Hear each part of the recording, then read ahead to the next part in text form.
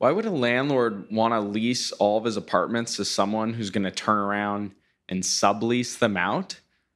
Well, there's a lot of benefits. We're talking about lease arbitrage this week and a 10-unit apartment deal that I just signed. I want to share the details with you and the benefits from a landlord, from an owner's perspective, why they would want to do this. Let's jump right in. Welcome to Short-Term Rental Riches, quick actionable ideas to help you along your real estate investment journey, but with a specific focus on short-term rentals. Happy you're here again, as always, wherever you are in the world. I'm still down here in Brazil, but still working on deals in the US with my team. And I'm really excited about one that I just signed. I want to share with you guys this week. We're going to be talking about lease arbitrage. And if you've listened to the podcast for a while, you know that my whole goal behind all of this is to build wealth. And with lease arbitrage, I have certain feelings about that. Essentially, we're not building wealth with lease arbitrage because we don't actually own the properties, but we can make a ton of cash flow. And I just signed a deal for 10 apartments in what used to be an old historic hotel. I'm really excited about it. I want to share with you guys this week why it was such a good deal for the owner, but also such a good deal for me. So let's just go ahead and jump right in. And there's a lot to talk about with lease arbitrage. The beautiful thing is that if we're doing lease arbitrage, we can use our same operations. So the same operations we use for properties we own, it's identical with lease arbitrage in terms of guest management and housekeeping and reservations and everything like that. But of course, the whole process of acquiring the properties is much different. So this week, we're going to talk about some of the negotiating leverage that I had as an individual wanting to lease apartments to sublease. And on the landlord side, why he could actually make more money than if he rented to long-term tenants. So I'm going to break this down. And then next week, we're going to talk about some of the very, very important pieces of our actual lease that we asked for and we made sure we had before we signed on the line. So in terms of an owner trying to rent their properties out, so as we invest in property, our biggest goal is to make the most cash flow, right? That's why we do it. Cash flow and build wealth. And hopefully we have it set up as a passive operation. Now, for this particular owner, he's renovating 10 apartments, all the apartments that exist in this building above a restaurant. And he's a restaurant guy. He's had a restaurant for over a decade. Luckily, it's done well through COVID, and he's expanding, actually. And so he bought a property right next to his existing restaurant. It's downtown. It's an awesome location, and he renovated the whole thing. And he's doing a fantastic job. And so these old apartments are actually basically brand new. And now for him to go find tenants, find management, deal with the credit backgrounds and the checks and all of those things and the time it takes to lease that up, that could take a lot of time and cost a lot of money. And he actually approached me about leasing all of the units. So I had that advantage from the very beginning. We might not all have that advantage, but I want to share with you the things that we talked about when we were negotiating the actual price per unit. So I came up with two spreadsheets and I said, yeah, I'm interested. I actually haven't done lease arbitrage before, but I know a lot about it.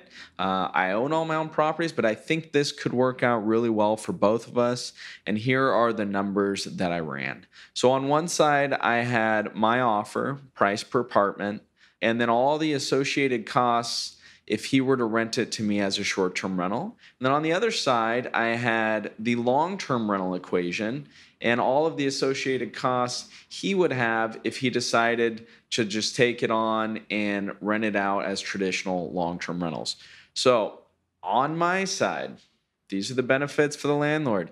He's going to have zero vacancy. Because if I'm leasing these apartments, I'm giving him his payment every month, no matter whether we rent it or not. Now, you got to be careful there. We're going to talk about the actual terms of the lease next week. But from the owner's perspective, if I'm leasing the apartments, he has zero vacancy for the life of our lease. So that's a positive. In his particular situation, I'm leasing all 10 from day one. So he has no time to lease these up. Maybe it takes 6 months to find long-term tenants. So that is one risk that he could avoid by subleasing.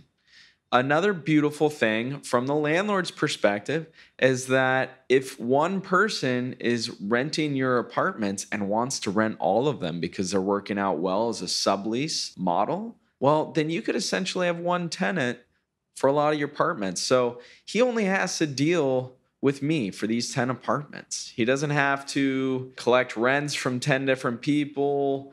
It'll be so much easier to deal with one person than it is with 10 people. So he also has no lease up costs. If he decided to rent this out long term, and let's say he found a management company and he didn't want to do this himself, well, typically he's going to pay half the first month's rent or a full month's rent to get that apartment leased up. And that might only be for a year. On top of that, he's going to have to pay that manager ongoing a percentage basis every month to manage those tenants. Also, if he's only dealing with one tenant, me, for example, renting all 10, well, his bookkeeping is going to be a lot easier. It's a small thing, but it is important as well. So I try to outline a lot of these things coming from the owner perspective, and I laid those all out on one side of an Excel sheet with all of the numbers. These are the potential rents. This is potential time to lease them up. These are potential costs to lease them up. This potential ongoing management fee. And your average lease might be, hopefully 2 years, but usually a minimum 1 year. And in this situation, he's going to be leasing these apartments to me for potentially 7 years. So there's no turnover there. He has no turnover costs. Doesn't have to go in and redo an apartment to find a new tenant, have vacancy during all of that. So these are some really, really good benefits. And the cherry on top for this deal, for this owner, for this investor, is that he has a restaurant on the first floor, and that is his baby. That is the most important thing for him because he's not an apartment guy. He's a restaurant guy that just happened to find a great building that had apartments there already. So by me managing these 10 apartments, furnished, just like I do with all the properties I own, it's not only going to make it easier for him, but it's going to provide a lot more opportunity for his restaurant. I already have properties in this area, so I was able to run comps and give him a realistic idea of how many guests he could expect to come in. And then we factored in a dollar amount per guest, very conservative, but that's really just like a bonus on top. This is probably going to be a unique situation, but when you guys are out there, if you're doing the lease arbitrage route where you're renting an apartment to sublease it for short-term rental guests, you got to look at every benefit to the landlord possible because it'll help you in the negotiations. And in the end, the final result, I saved about 15% off the rent for all 10 apartments from what he was initially asking. Was also able to get a month for free, and we negotiated some really good rent increase terms. I'm going to go over all the terms of the lease next week because it's too much to cover in one episode. But for this episode in particular, just want to cover how I handled that and recap some of those benefits from an owner perspective, why they would want to lease to someone who's going to turn around and sublease.